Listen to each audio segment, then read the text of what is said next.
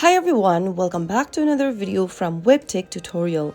In today's episode, I'm going to be showing you how to change language on Oculus application. So without further ado, let's get straight into the video. First of all, open your MetaQuest or the Oculus application on your device. Once you do that, make sure to log into your account as well, and once logged in, tap on the menu icon located at the bottom right. From the settings interface, tap on Account Settings. Tap the Continue button in the pop-up to end up in a website. Now, scroll down and get to the language option. Tap on Edit and tap on a little drop-down appearing right above Save. There, you will be provided with a list of language options you can choose from. Select one of the languages from the list and tap on Save. Soon after you do that, you will be able to change your language on Oculus. So that's how easy it is. If you found the video to be helpful, go ahead and give us a thumbs up. Don't forget to subscribe to our channel by hitting the subscribe button. Also press the bell icon so that